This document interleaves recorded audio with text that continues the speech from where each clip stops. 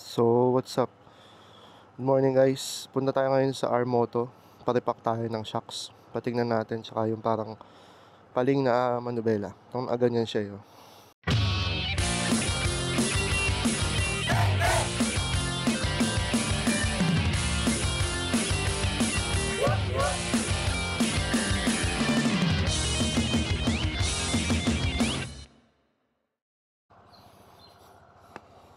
So, good morning. Punta tayo sa R-Moto ngayong umaga. So, yun, good morning. Punta tayo ngayon sa R-Moto.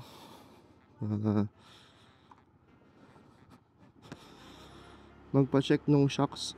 Hindi kasi mapalagay. Dahil sa tuwing nalulubog ako o nalulubak ba ng malakas, yung lakas din ng tunog. So,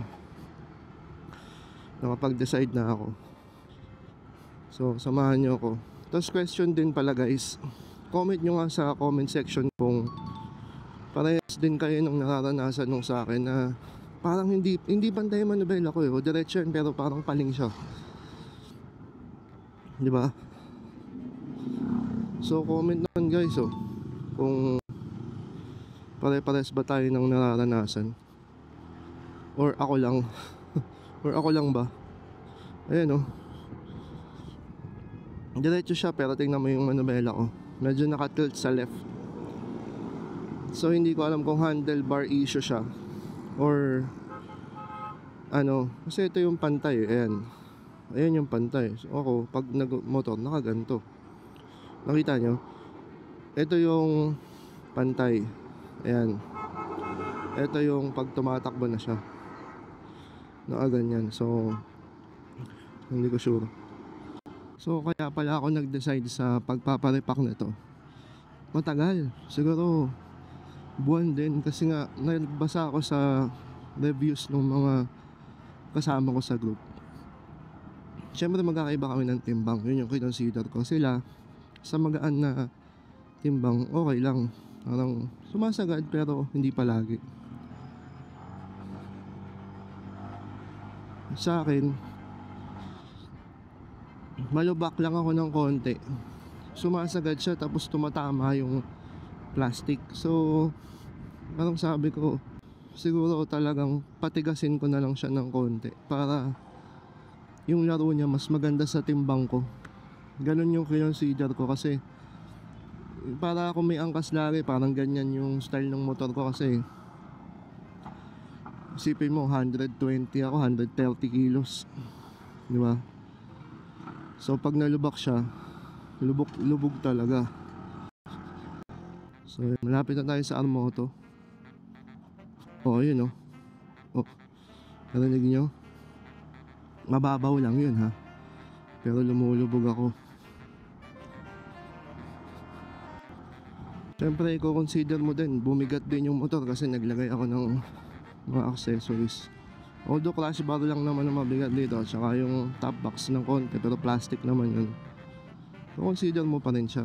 So yun, wala pang tao. Unang-una tayo dito ang pipila sa R-Moto.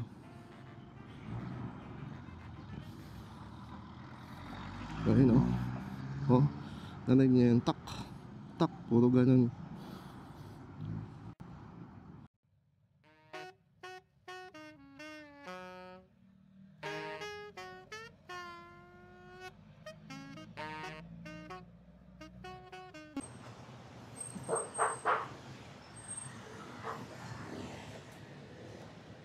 Diba? Ikaw mag-aang ka pa niyan sagad ayan tumatama yung plastic sa likod. Ayun pala yun, tumatama yung flaring niya.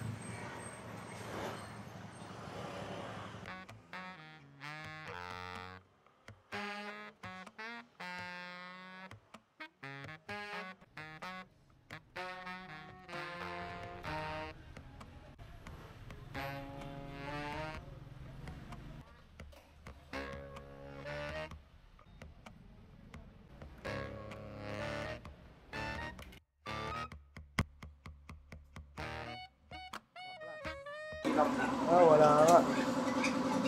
Yan lang yung laman Wala. Ayan, testingin natin kung gaano kadami. Linis. Ayan. 175. Nasa 180s. Dalawa na yan, sir. Dalawang shock po kaya 180. Kasi 80 dapat. Ano, sir? 90 dapat. 90 naman ang shock mo, sir. So, pwede pa rin. Pero bakit? Bakit? Na lang talaga yung sir, yung string mo. Sa spring na yon. So, yun, sa mga nagbabalak ko. Tama naman yung laman, kaso pag pinalitan ng bagong lang, isitigas siya, hindi. Ganun pa rin. Hindi naman, sir, kahit pa paano.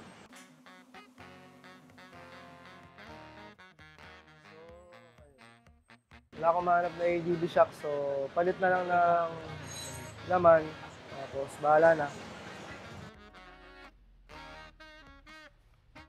Ayan yung bago itsura ng langis. So yung kanina 170 lang, usually 180 lang naman. Choice ko na yan, nagpadagdag ako para mas tumigas ng konti. Ayan, malinis na. Ayan, oh. So imbis na tag 80 sila, tag 100 na lang. So, parang ngayon tinesting. Ito na yung laro niya, no? Ito.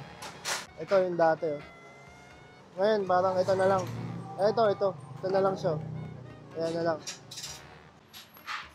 Ayan, testing na pagkatapos ito. So, ito, choice ko to 100, 100. Naisip na ganyan para mas tumigas lang. Ayan, guys, total natin. 120 sa pork oil, 400 sa labor. 520 pesos. Shock repack Armoto. Testingin na.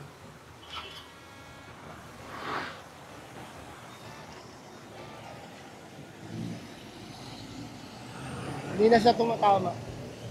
Hindi na. Malayo na. Kanina, tumatama dun sa fender. Okay na. Ayan, oh. Ayos. Okay. Ayos yung lubak na yan, ah. Hindi ko nakita. Hindi na siya tumutunog. Oh, wala. Wala, oh. Dito may mga lubak-lubak din. Mga minimal lang. Pwede lang pan-testing yan. Ganda, oh. Ang tigas ngayon. Parang ano. Hindi siya nakatingala eh. Pero, kasi yan, yung manobela ko na-align na rin, guys. Confirmed nga.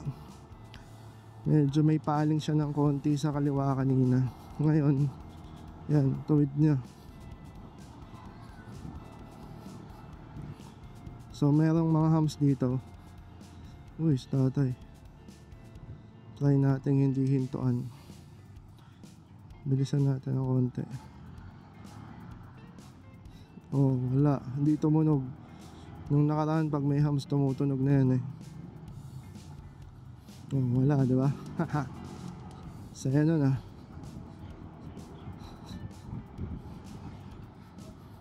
Ang saya.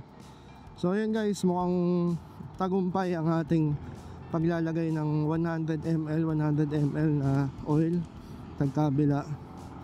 Pero meron silang sinasabi doon na Racing Monkey na maganda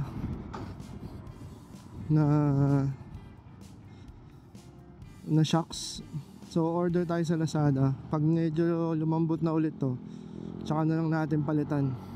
Ang hatak na ito.